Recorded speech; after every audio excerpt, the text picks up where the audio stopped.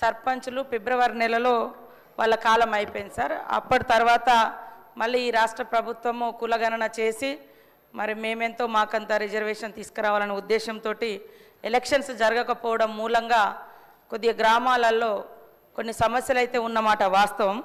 అయితే ఈ వచ్చినటువంటి పెండింగ్ బిల్లులన్నీ కూడా గత ప్రభుత్వం నుంచి బీఆర్ఎస్ ప్రభుత్వం మాకు వారసత్వంగా ఇచ్చినటువంటి పెండింగ్ బిల్లులు.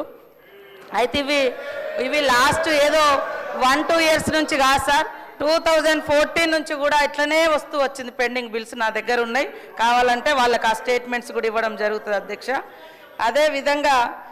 అదేవిధంగా అధ్యక్ష వీరి హయాంలో ఇప్పుడు ఆర్థిక శాఖ మంత్రి గారు ఆ రోజు హరీష్ రావు గారే ఉన్నారు.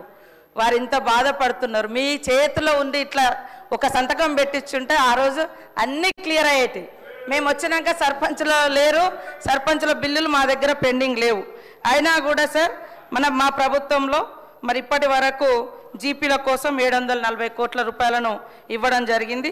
ఉపాధి హామీ కింద కూడా గతంలో జరిగినటువంటి పనులలో 450 కోట్లు రిలీజ్ చేసినాం. ఇంకా కొంత పెండింగ్ ఉన్నది వాస్తవం. కాకపోతే వీళ్ళ హయాంలో చేసిన వాళ్ళందరి దాదాపుగా ఎన్ఆర్ఈ చేసి మేము కూడా క్లియర్ చేయడం జరిగింది సార్. అట్లనే ఎలక్షన్స్ జరగకపోవడము ఇతరత్రతోటి ఆ నిధులు కొంత గ్రామ అభివృద్ధి కోసం రిలీజ్ చేయలేకపోయినాం. కేంద్ర ప్రభుత్వం 15వ ఆర్థిక సంఘం నిధులను విడుదల చేయలేదు సార్, అది కూడా కొద్దిగా ఎఫెక్ట్ ఉంది. అదేవిధంగా మన ఊరు మన బడి కింద కూడా మన వాళ్ళు మాట్లాడారు. 1100 కోట్ల రూపాయల పనులను గత ప్రభుత్వం చేస్తే మరి అవి 800 కోట్ల రూపాయలు పెండింగ్ ఉన్నటువంటి మాట కూడా వాస్తవం. ఇప్పుడు మేము అమ్మ ఆదర్శ పాఠశాలలతోటి పనులు చేయించడం జరుగుతూ ఉంది సార్. కాబట్టి ఈరోజు మరి మా కోవలక్ష్మి గారు ఎమ్మెల్యే గారు అన్నట్టుగా మేము చెల్లించమనలేదు, చెల్లిస్తాము. మీరు ఇచ్చిపోయినటువంటి వారసత్వం పెండింగ్ బిల్లులు, అప్పులు, ఆర్థిక వ్యవస్థ బాగలేదు కాబట్టి సర్దుబాటు చేస్తున్నాం, కొద్దిగా టైం అడుగుతున్నాం. కానీ మేము చెల్లించలేదు అని అనలేదు. సాక్షాత్తు ఆర్థిక శాఖ ఆనాటి మంత్రి గారు ఉండి ఈసారి చాలాసార్లు మాట్లాడుతున్నారు ఈ సబ్జెక్టు. మీరు ఒక్క సంతకం పెట్టి ఉంటే 600 కోట్లు ఆ రోజే రిలీజ్ అయ్యేది. కానీ మరి బీఆర్ఎస్ అంటే బకాయిల రాష్ట్ర సమితి లాగా మాకు ఇచ్చిపోయినరు. అదే వారసత్వంతో మరి మేము చెల్లించలేని పరిస్థితి ఉంది. కానీ తప్పకుండా సర్పంచులు అందరికి సంబంధించినటువంటి సర్పంచులు ఉన్నారు, వాళ్ళ బాధ మాకు తెలుసు. వాళ్ళు ఆత్మహత్యలు చేసుకున్నారు మీ హయాంలో, చాలామంది రకరకాల ఇబ్బందులు పడ్డారు. కాబట్టి సానుభూతితో ఉన్నాం. సకాలంలో రిలీజ్ చేసేందుకు ఆర్థిక శాఖ మంత్రులను కూడా నేను వేదిక ద్వారా కూడా కోరుతా ఉన్నాం. మీ తరఫున కూడా నేను మాట్లాడుతూ ఉన్నా. నమస్తే.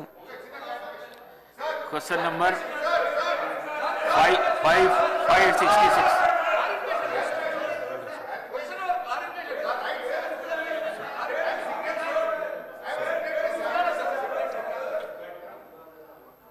స్పీకర్ గారితో సవినయంగా మనవి చేసేది ఏంటంటే, సభ నడుపుతున్న తీరు పట్ల నా తీవ్ర ఆవేదన వ్యక్తం చేస్తూ ఉన్నా. ఫస్ట్ క్వశ్చన్లో నేను చెయ్యెత్తితే మీరు సిగ్నేటరీ కాదు, మీకు మైక్ ఇవ్వమన్నారు. థర్డ్ క్వశ్చన్లో సిగ్నేటరీ కానటువంటి వ్యక్తికి మీరేమో ఇప్పుడు మైక్ ఇచ్చారు. ఎందుకు ఇచ్చారని మేము అడగడం లేదు. సభా సాంప్రదాయాలు అందరికీ సమానంగా ఉండాలని సవినయంగా మీకు విజ్ఞప్తి చేస్తున్నాం. ఇకపోతే మా సీతక్క గారు ఒక మాట అన్నారు, నా పేరు తీసుకొని, మీరు అప్పుడే డబ్బులు ఇచ్చి ఉంటే బాగుండేదని. ఎస్, నేను ఇచ్చాను. మా గౌరవ కేసీఆర్ గారి ఆదేశాల మేరకు పల్లె ప్రగతి కింద ప్రతి నెల 275 కోట్ల రూపాయలు మేము గ్రామ పంచాయతీలకు ఇచ్చాం. పల్లె ప్రగతి ప్రారంభమైన తర్వాత 3,300 కోట్ల రూపాయలు మేము గ్రామ పంచాయతీలకు ఇచ్చాం. ఒకవేళ మీరు ఆ పద్ధతిని కొనసాగించుంటే నెల 275 కోట్లు ఇచ్చుంటే ఇవాళ ఈ బకాయిలు ఉండేటియే కాదు అనేటువంటి విషయాన్ని మనం చేస్తా ఉన్నా. ఇవాళ కాంగ్రెస్ పార్టీ ఈ సర్పంచుల పాలిట, పేద కాంట్రాక్టర్లు, ఎంపీటీసీలు, జెడ్పీటీసీల పాలిట ఈ హస్తం గుర్తు భస్మాసుర హస్తమై కూర్చున్నది. ఇవాళ వాళ్ళ ఉసురు పోసుకుంటున్నారు. సో దయచేసి మంత్రి గారిని నేను స్పష్టంగా అడిగా, సంవత్సర కాలంలో మీరు క్లియర్ చేయలేదు. ఒక్క నవంబర్లో బడా కాంట్రాక్టర్లకు 1,200 ఇచ్చారు. అందులో సగం ఇస్తే సర్పంచ్ల బిల్లులు క్లియర్ అవుతుండే. ఎప్పట్లోకి ఇస్తారో స్పష్టంగా చెప్పండి అంటే త్వరలో ఇస్తాం, చూస్తాం, చేస్తామన్నారు. ఏడాది అయినాక కూడా చూస్తాం, చేస్తామనేటువంటి మరి బాధ్యతారహితమైన సమాధానం మంత్రి గారి నుంచి వచ్చినందుకు ఈ సభ నుంచి మా తీవ్ర నిరసన తెలియజేస్తూ వాకౌట్ చేస్తున్నాం.